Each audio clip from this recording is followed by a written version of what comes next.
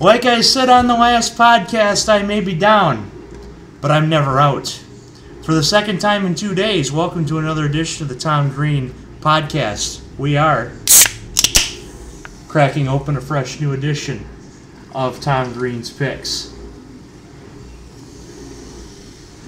With that being said, our guest is in studio tonight. He wants to be known as the real Greek freak, but we'll see if Antetokounmpo has anything to say about that. We're not quite in NBA season yet, but we're going to have an NBA preview in a couple of weeks. But for now, he's the real Greek freak. He is Spero Kastros. Welcome to the show, Spero. Thanks, Tom. How you doing? Good. Still holding up from this surgery, but like I said, I can sit, I can speak, so I'm potting. With that being said, we'll get right into it. We're going to start with some Michigan-Maryland talk because I got to do a little bit of Michigan talk, of course, even though he's a Notre Dame guy, and he of course, like Ben Belden did, gave me some crap about Notre Dame beating Michigan. So go ahead, give me your spiel. Well deserved. Just keep picking against Notre Dame, and it'll do well for me. Oh yeah, like every week I'll pick against Notre Dame, and like every week I get bitten in the behind, but here we are again with Notre Dame being undefeated, and they're a rapid-fire game this weekend. Even if they weren't ranked against ranked, I'd still add him in because he's a huge Notre Dame guy. Much appreciated. Of course. So that being said, let's talk about some Wolverines. Last week, Northwestern. Did you watch the game? Of course, did you not? I was at work. I podcasted it. Fair enough. Gamecasted it. Fair enough. Well, how did you think of the Michigan ordeal? Impressed by their defense that they held out long enough for them to win the game. Bend but don't break. That's the name of defenses this year. In the past few years, actually, especially in the NFL, which we'll be talking about soon enough. But this is the first time under Jim Harbaugh that Michigan had to come back from a 17 or more point deficit to win, and they did so in Evanston. With that being said, this week they got a Maryland team that looks like they're still trying to find an identity. Talk about Maryland a little bit if you can. Ooh, Maryland, they need help. They haven't really had it going for a while. I think they really don't stand a chance. It's going to be Michigan looking good again. I think he's a little scared because he's actually in the Tom Green studio talking about Michigan. Oh, wait till the next couple weeks. Michigan's going to need all the help they can get. Yeah, with Wisconsin and Michigan State. Well, Wisconsin coming to the big house of Michigan State, or Michigan traveling to East Lansing. So this is kind of their last quote-unquote breather. Hopefully they're not looking ahead of the schedule. That's why I call it a quote-unquote breather, because we've seen this movie before, especially with his Notre Dame team, overlooking the tough opponents and almost setting back against an opponent that they should be, i.e. Ball State. Left him speechless. Well, that being said, Maryland, in my mind, I think they're still trying to find themselves an identity after this DJ Durkin crisis with McNair going down and dying on yeah, the that's a big field. deal. And in my view, I thought it was a lot of DJ Durkin's fault, but it's more of the line coach's fault, more of the offensive coordinator line coach's fault on that. Because you got a kid that's got 110-degree temperature out on the field. He's not going to survive very long. No, you can't be pushing that. And we're tough. We're warriors. And as Spero has even seen, here I am potting after 3 days off from surgery. Hanging in there. And of course, hanging in there, but there are some points where you got to just put on the brakes and say no, we can't have this kid practicing because watch a kid just die on the field. Mm-hmm. And unfortunately for Maryland, they're going to be out a coach. Of course, Matt Canada is now their interim head coach, and I tend to feel that he'll become the new head coach because of them beating Texas, beating Minnesota big, but still trying to find that identity on both sides of the ball. Yeah, they don't know where they're going. They just head to the game and hope for the best. Pretty much. And when you got a team like that, who knows what could happen. That seems to be Minnesota's case the last few years. Yeah, they just can't put it all together at once. So with that being said, Saturday at noon, how do you think this game's going to go? Michigan's favor. I think you might even see all three quarterbacks play again. That would be interesting. I have a feeling that they should use McCaffrey a little bit in the running game, and it's because they've used his red shirt already. I think McCaffrey needs the ball in his hands. He's a playmaker. I've been saying it all season. I think he just needs the ball. He'll do great things with it, as he's shown. If you've already used your red shirt, then why don't you use him on the field? Right. So, score prediction. 34-17 Michigan. 34-17 Michigan. I like that, in the words of Kirk Cousins. Give me Michigan by maybe a little bit more than that. I'm going to go 42-14, something like that. Maybe a score or two in the second half that might not matter, but you might actually see this game go like 14-0 at half, because as you've seen throughout the season, Michigan's more of a second half team. Definitely. Proved it last week for sure. Yeah, against Northwestern, and that formula has worked. Penn State, after the Ohio State game 2 years ago, was a second half team, and they were this close to winning the Rose Bowl. So you can be a second half team and still do things. We'll hit an ad before our big Lions-Packers preview, as Spero is anticipating the embrace debate between Stephen A. and Max Kellerman. That'll go about that. But let's hit an ad real quick. Nectar, the bed of your dreams. Nectar has aligned all of their efforts around one simple promise: the best sleep of your life guaranteed. Featuring a 365-night trial and a forever warranty, this bed will be the best you've ever owned. And I got to tell you, the caster, Clay Matthews might need one of those beds after some of the BS calls he's had for roughing the passer. He's had 4 in his career and 3 to start the season. I don't think the rule change went in the right direction. They have the right idea, but it's gotta. If they're gonna make it a judgment call, you gotta at least be a good judge of the call. Exactly, and Spero knows I'm probably one of the most anti-Packer of anti-Packers, but I'm defending Clay Matthews. I mean, this guy knows how to play the game. I've told Spero before that the Packers defense to me are more of individual talented stars rather than a unit, and when they play as a unit, you get 2011. What happened in 2011? Refresh our memories. Super Bowl throttled the Steelers. Throttled the Steelers in the Super Bowl, which I thought the Steelers would win, but of course they did not. I was wrong once again. So Matthews, of course, has been under the radar for these roughing the passer penalties.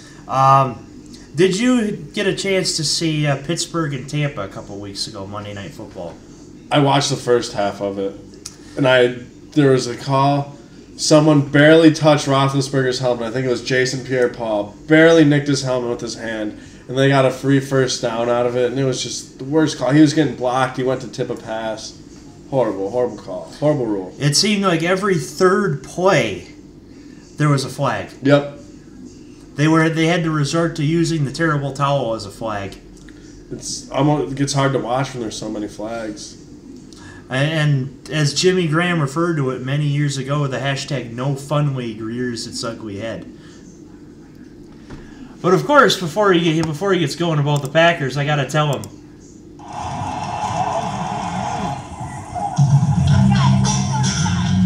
No, Pack, no!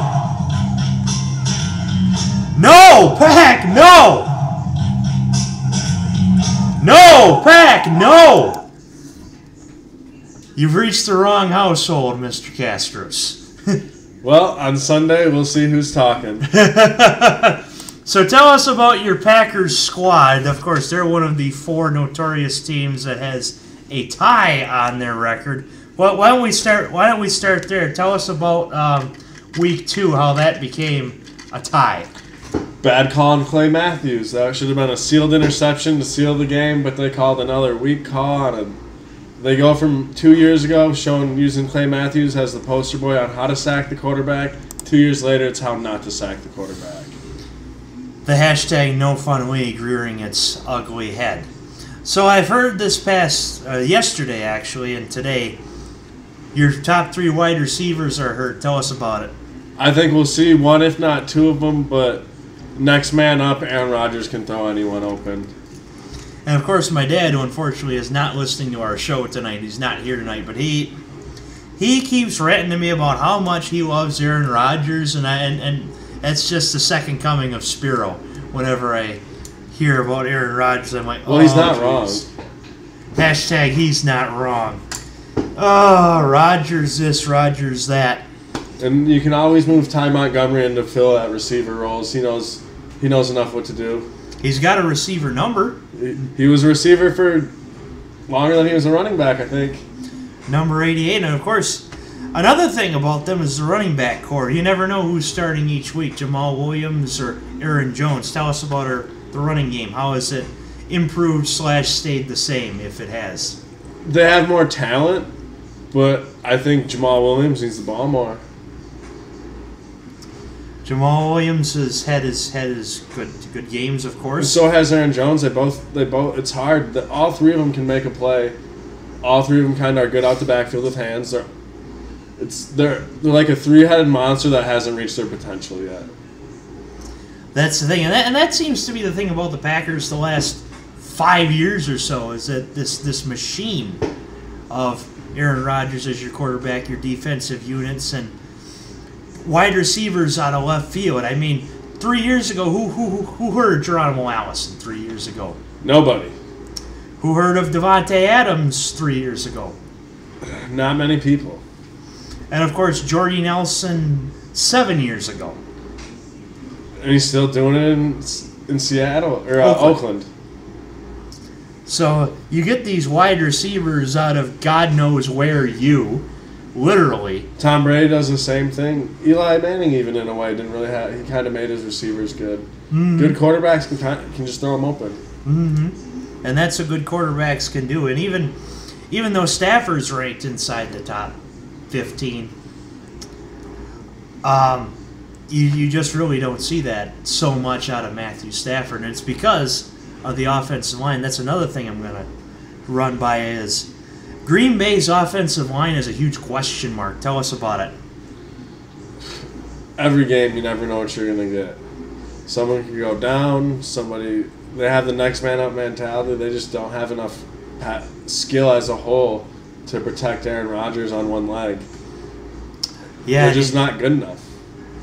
And Spero doesn't need to remind me about how Week 1 went with the Packers.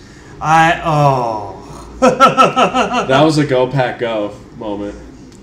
And I was about ready to break my television when that happened. I was ringing the bell in the bell bar to the game-winning touchdown. Believe me, this guy, just about every Packer game, in the words of the one Spero Kastros, he gets sent, doesn't he? Fully sent, Tom. Now, unfortunately, I can't get sent the next couple weeks. Well, this week at least because of this. I have a follow-up appointment coming this Tuesday to make sure I'm back on my feet and ready to go. So after that follow-up appointment, which I'd also like to thank Dr. Chris Bruck for doing a great job on the operation so far. I've been doing what I've been told, and now I'm back to podcasting, like I said, after 3 days. So thanks, Dr. Bruck, for that. But once he clears me, I might get sent a couple times here. Sounds like a plan.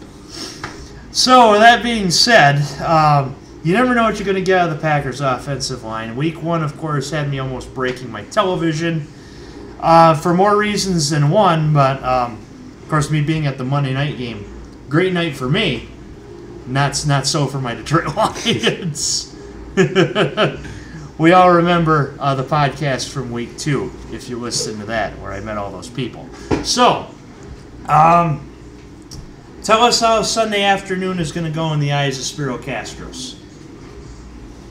We got these two rookie corners who play with swagger, and I think they won't be stopped and they'll have a field day. Defensively, it's going to be a good game, and I think they're going to actually get the running game going just on the fact that Detroit's run defense is just so awful. If they can't get it going against Detroit, they might not get a run game going all year.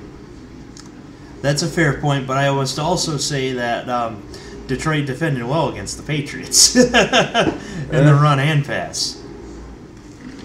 They did the perfect thing. They kept Tom Brady off the field.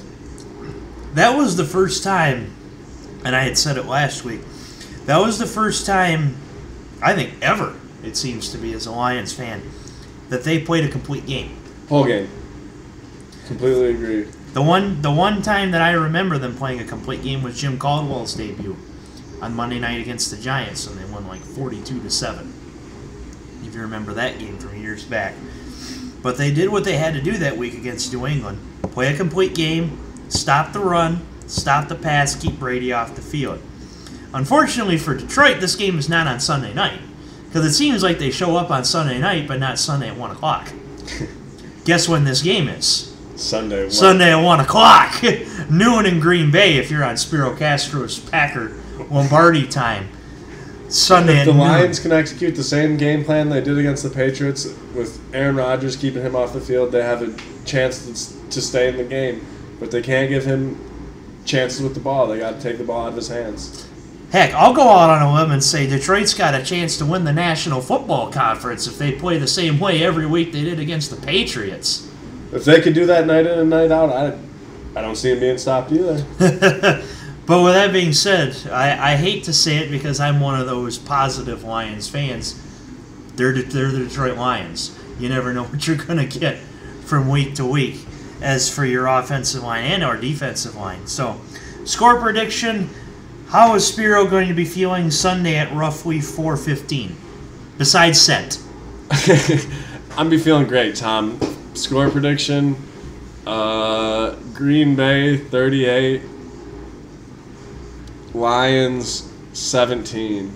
38-17, he's going out on a limb. That's Aaron Rodgers can give me probably 33 fantasy points, too. 33 fantasy. Of course, DraftKings and FanDuel fantasy points. Aaron Rodgers with 33. I think Detroit has a legit shot at winning this game, and it's because of Green Bay's injuries of the receiving corps. If Green Bay's receivers can all come back, look out. As you did say that Green Bay's secondary might have a field day against Golden Tate and Kenny Golladay, but Detroit's the only team in the league right now that has at least 3 wide receivers in every game get at least 50 yards. Impressive. Especially 4 games in. It's a good stat. So Detroit is, in a way, I hate to say it, like the Terrapins of Maryland. They're trying to find themselves an identity, too, after finding a new coach. Beating the Patriots, but losing to a Cowboys team that is a huge question mark. I'm sure you've seen on Twitter about the backwards question mark, have you not? No. Weeks ago. Well, according to Twitter, and of course, Twitter is Twitter, so how much should they be believed? The backwards question mark is supposed to represent a rhetorical question. Somebody retweeted that with the rhetorical question, is Joe Flacco elite? Last week we say yes to that, but point being, Detroit right now or Dallas, is a huge rhetorical question. Beating Detroit like they did, but losing to a banged-up Seattle team on the road, who has just lost Michael Kendricks, the insider trading. And Earl Thomas to a broken leg. No, noteworthy, he did flip off the Seahawks sideline. Well deserved, too. And for a reason, too, because they wouldn't pay him. You're not going to pay me, but I'm going to get hurt working for you? I'm with them. The hashtag no fun league rearing its ugly head. But with that being said, back to my score prediction, I would just see Detroit winning this game. And it's because it's at home. Green Bay's receivers are down. But if they come back, look out. Green Bay's defense is the non-unit that they usually are. Jake Ryan. Jake Ryan, the Michigan man, of course. He's a ball hawk. Detroit is actually a 1-point favorite in this game last I had checked. I'd bet the house and take the 1. I'm going to say Detroit 27, Green Bay 24. Matt Prater hits a 45-yard field goal in the closing seconds after yet another Stafford last-minute drive to win the game. You better hope there's not any closing seconds left after that field goal, because you'll know what Aaron Rodgers does with that. Especially in Ford Field. I was there for that. Yeah, see, if you guys have known me exclusively 2 years ago when that happened, I had to work at 6 a.m. the next day. And I posted this rant on Snapchat about how this was not a penalty. It was not a face mask, but he sold it like he was face masked. And as you had... Pretty sure he winked at me after he did that, too. Of course, he saw Spero in the crowd. It's like, my boy Spero in the crowd! Green 19! Great tits up! Rogers to Rogers. Beautiful thing. Mm-hmm. And as Spero quoted to me on Snapchat, not a penalty, but was a touchdown. And I was face-palming the whole day at work, just sitting here like this, face-palm at work. Just couldn't believe it that he pulled his magic once again. It was the instant karma from when Green Bay lost to Seattle and Golden Tate got the touchdown when it was interception. Golden Tate by M.D. Jennings. Yeah, Golden Tate needed to feel a wind ripped away from him. The inter-touchdownception.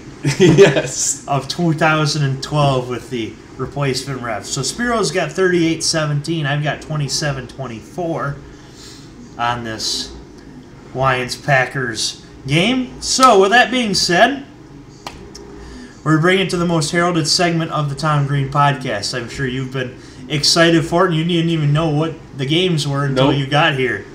It's the rapid fire picks. Good games, though. Good games. I always pick the good ones. Now, as Spero knows, we have two versions of the rapid fire game. We have the guest pick, which he's on, and the fan pick.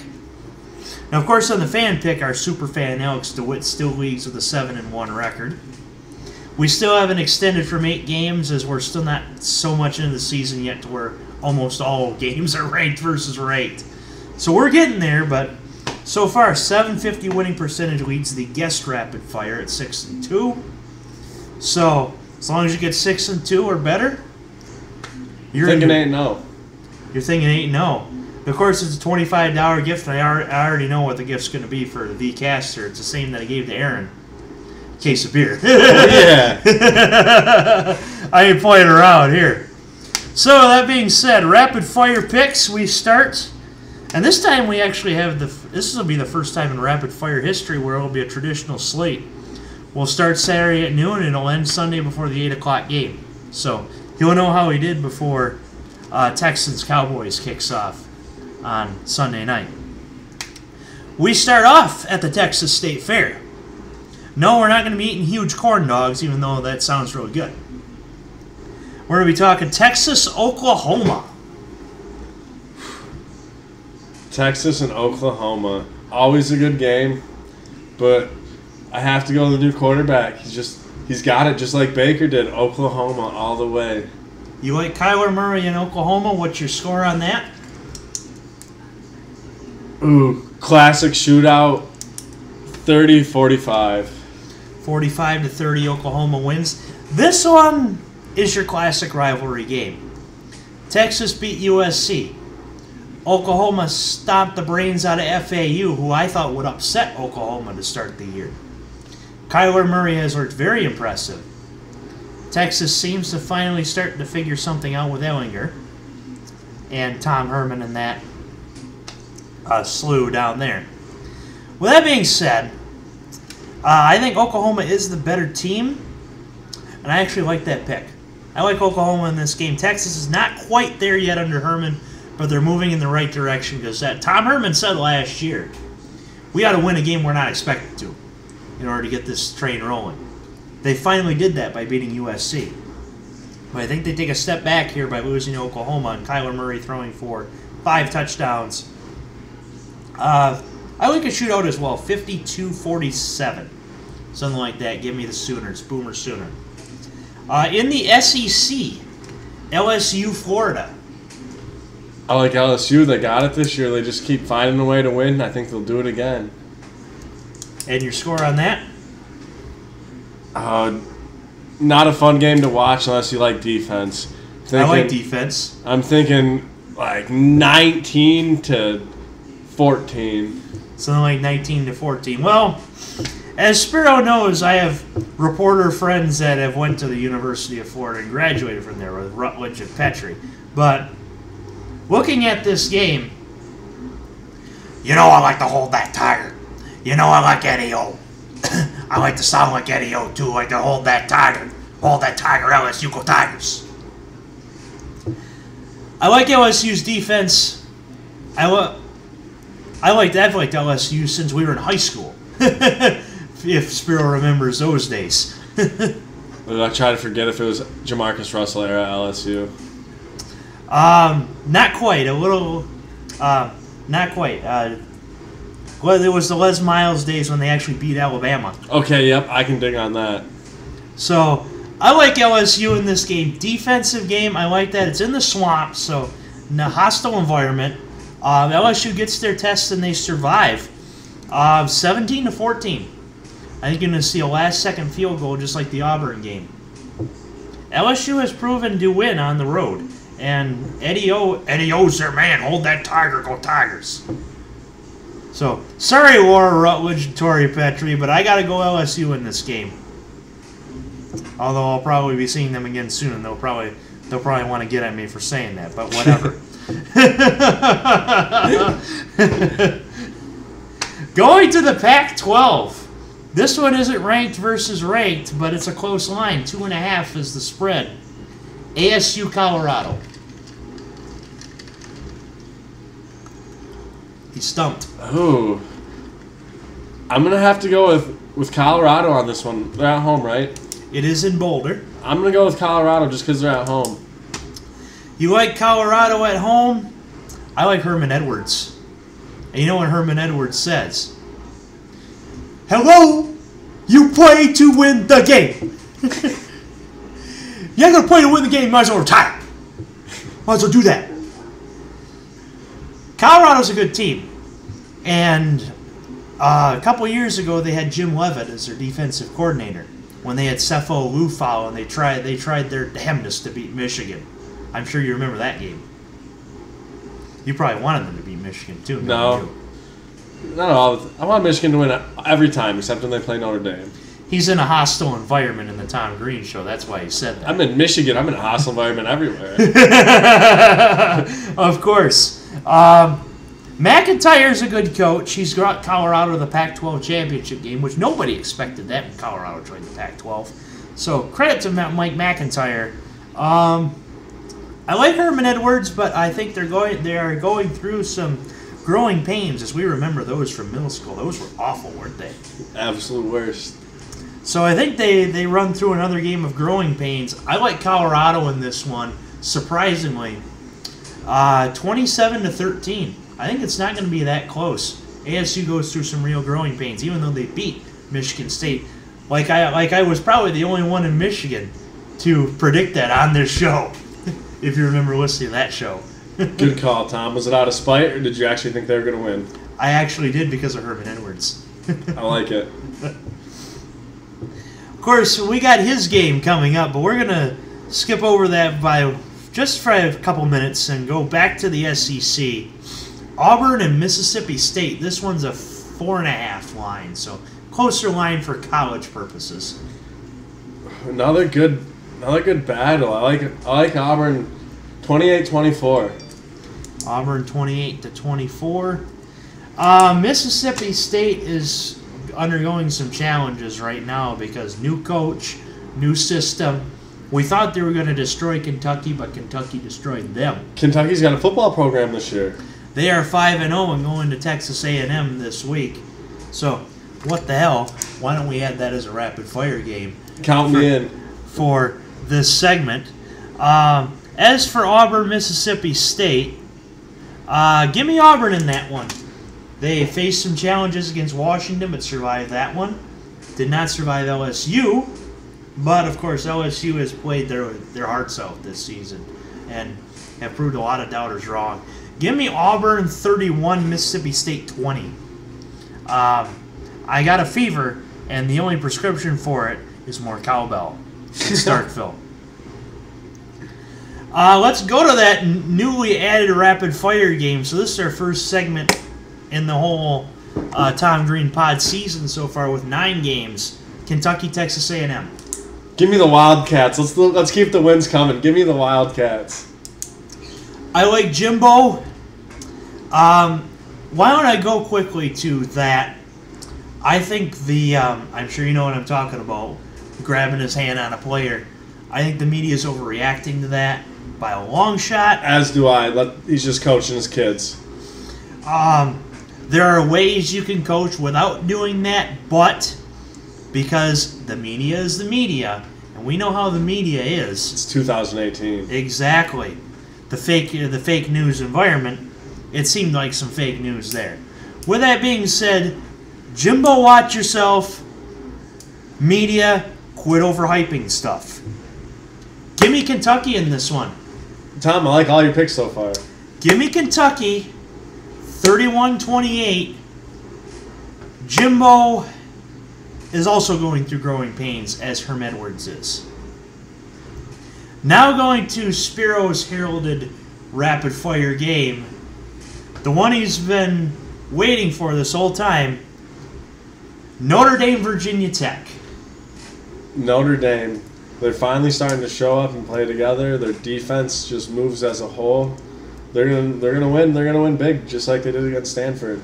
Another test on the record. Another good win added to the resume. I think Notre Dame wins 38-26, and they win big. I'm going to have to get you connected with this Ben Belden as well, so you guys can podcast at some point. That'd be a cool pod. I'd oh yeah, Golden Domer on Golden Domer. Of course. Virginia Tech is another big question mark, and it's because they're the first top 15 team I've seen in perhaps history to lose to a bottom 15 team in Old Dominion. That's why they play the game. Exactly. Any given Saturday, and as for Lions and Packers, any given Sunday, too. It's in Blacksburg. It's at night. But, as you told me a couple of weeks ago, something about this Notre Dame team. They keep finding ways to win. And this surprises him because he's in a hostile territory in Tom Green territory. They keep finding ways to win. They keep overcoming adversity to just win ball games. And in college football, they're looking for, did you win or did you lose? Just like the NFL. Now, of course, in the rankings, you got style points, which really don't matter as Michigan's dropped one spot. But you know what? They won, so screw it. But the win's a win. Exactly. I like Notre Dame on the road in Blacksburg. Close game.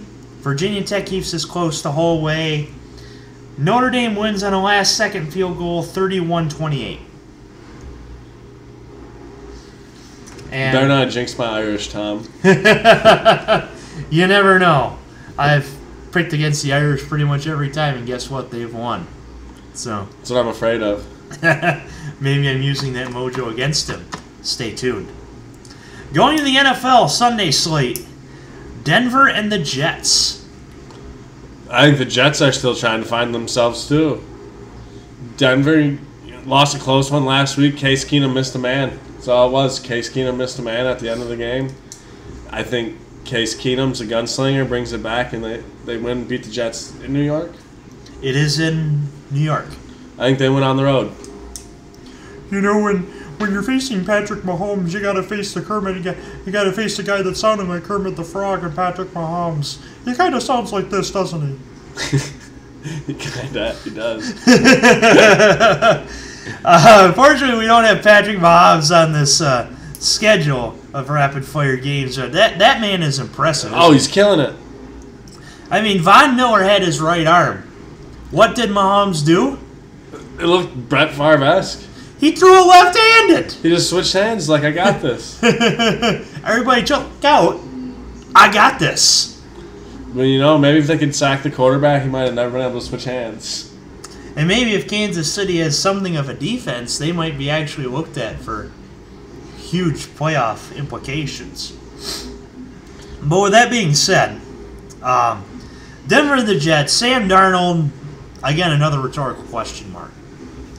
Torched my Lions, looked terrible against Miami. Denver, as I've mentioned, has Von Miller. What does Von Miller do? Sacks quarterbacks. Even though it's in New York, I like Denver in this game. 31-17. I don't think it's going to be that close. Case Keenum provides Denver the identity that it needs, and Denver actually looks somewhat impressive. Baltimore, Cleveland. Ooh, I like this game. I like Baltimore this year, and I like Cleveland this year. I think Cleveland got cheated last week. I think Carr fumbled the ball, and that was a touchdown they took off the board. Mm-hmm. I think Cleveland rallies and they win. Baker season.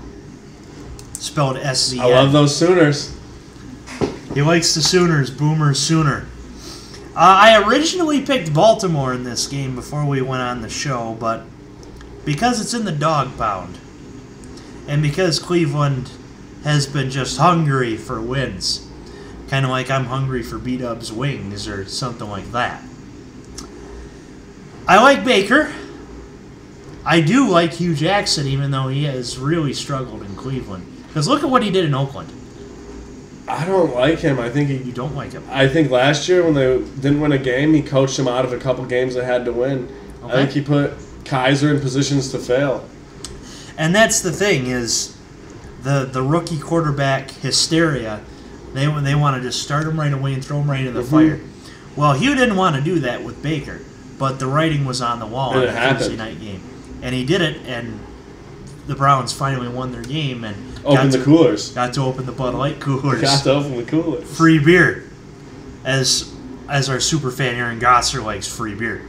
The best beer is free beer. Facts. I like Cleveland in this game 31-20. I think Baltimore is a team of up and down, of ups and downs. John Harbaugh's team has won a Super Bowl, has looked terrible at times.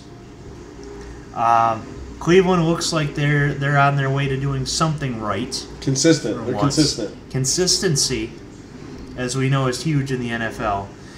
As I've said it before on this show, tell me how many teams besides New England and Pittsburgh that have consecutive winning seasons. You can't name a lot.